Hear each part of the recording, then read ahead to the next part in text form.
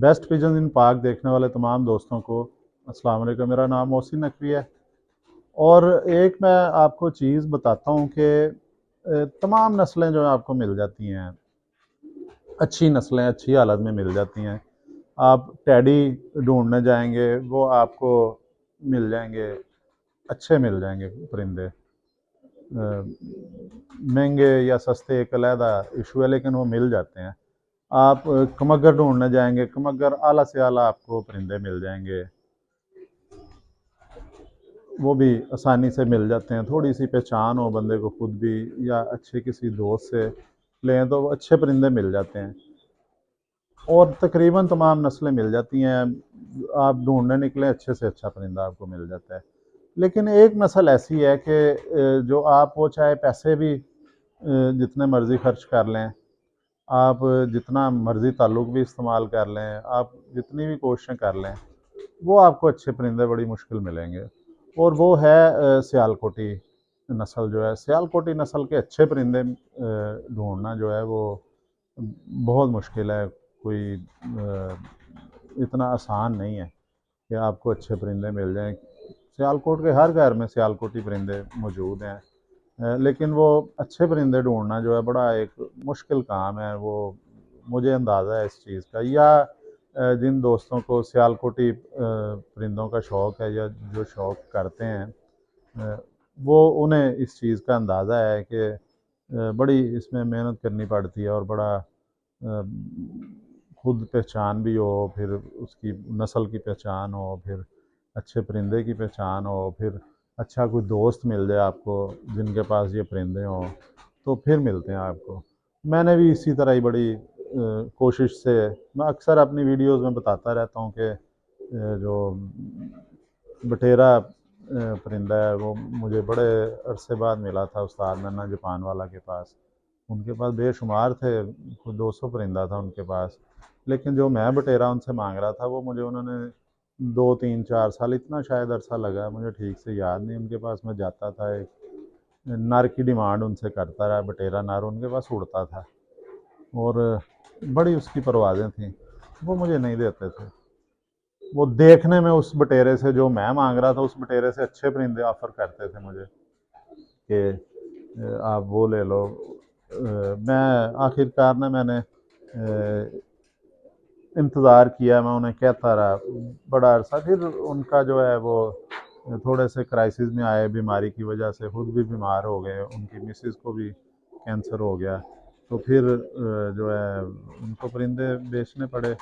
फिर उन्होंने मुझे बताया कि वो आपके वाला नर जो है वो अगर आप चाहते हैं तो ले लें। मैं फिर फटाफट गया उनके पास, मैंने कहा, मैं जाके फिर उनसे वो नर ले लिया। फिर इसी तरह फ़ीमेल जो उसकी, वो मुझे इतनी मुश्किल से नहीं मिली, वो आसानी से ही मिल गई। वो मैं गया था अपने दोस्त जो हैं सियालकोट में, हाजी जुल्फ़िकार भट्टो, मैंने ब्रीडिंग सेटअप में वो फ़ीमेल अंडों पे बैठी थी, मैंने वो देखी है, मैंने पकड़ ली, फिर मैंने छोड़ी नहीं। मैंने उन्हें कहा हाजी साहब को कि हाजी साहब आप अंडे इसके कहीं किसी और जोड़े के नीचे रख लें। वो ला के मैंने अपना जोड़ा मुकम्मल किया। तो इसी तरह ही जो चूहे परिंदे हैं वो भी मैं बड़ा बड़ा ही अरसा लंबा, वो इससे भी ज़्यादा मेहनत की है मैंने। वहाँ पे थे, मैं नाम नहीं लेना चाहता, बहुत बड़ी कारोबारी शख्सियत हैं वो सियालकोट की। उनके उनसे मैंने फिर वो मुझे मिले चूहे मोतियों वाले, वो भी मैंने ले लिए। उसके बाद उनमें मैंने फिर जो मास्टर अब्दुल्ला मरहूम हैं उनके नवासा हैं शायद, या पोते हैं या नवासे हैं, उनसे मेरे एक दोस्त लेके आए, मेरे मेहरबान, उनसे फिर मैंने लेके वो चूहे चलाए। तो फिर इसी तरह ही जो है अली वाले मुझे मिले। वो भी वैसे नहीं मिले परिंदे, तो उस वक्त भी मैं बड़े बड़े बड़े महंगे ख़रीदता था, लेकिन उस तरह के नहीं मिले। वो भी एक बड़ी लंबी स्टोरी है, वो वीडियो का टाइम ख़त्म हो जाएगा। ये ज़्यादा परिंदे दिखाएं जी अंदर, आप अकेले अकेले पे ना करें ऐसे। तो वो भी किसी ने मुझे गिफ्ट दिया, कोई बड़ा बहुत बड़ा काम किया था मैंने, उनकी हेल्प की थी। तो उन्होंने मुझे, जब उन्हें पता चला कि कबूतरों का शौक़ है, उन्होंने मुझे जोड़ा दिया है।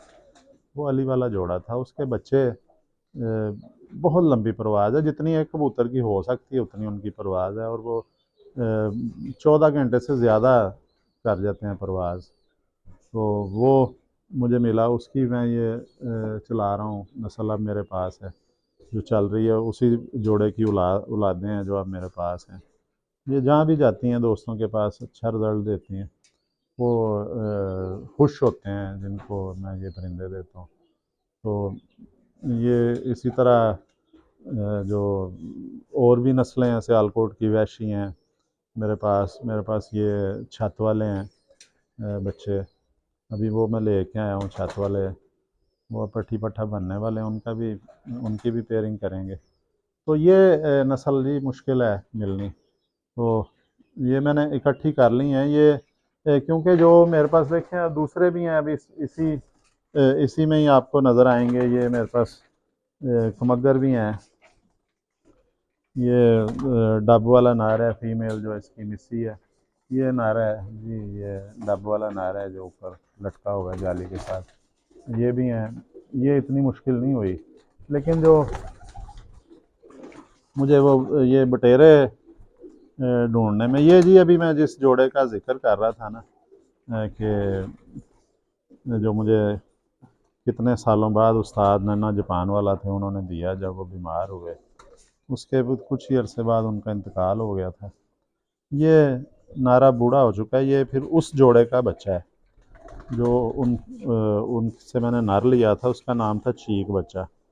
इसकी आँख क्लोज करेंगे तो उससे उनसे मैंने ये इनका बाप जो है, ये फिर वो जोड़ा लगाया तो इसके ये बच्चे निकले 5-6 पट्टियाँ पट्टे। तो ये मैंने उनके, तो देखें इसका भी साइज़ देखें, ये मतलब अच्छा ये है। इसके भी जहाँ पे अब ये बूढ़ा हो चुका है नार, जहाँ पे भी इसके बच्चे मैंने दिए हैं वो बहुत ज़्यादा हैरान कन रिज़ल्ट दिए हैं इन्होंने। तूफ़ान में वापस आ जाते हैं ये इस जेठ में तो, विसाख जेठ में तो इसके बच्चे रात रह गए थे मोरें लगवा के।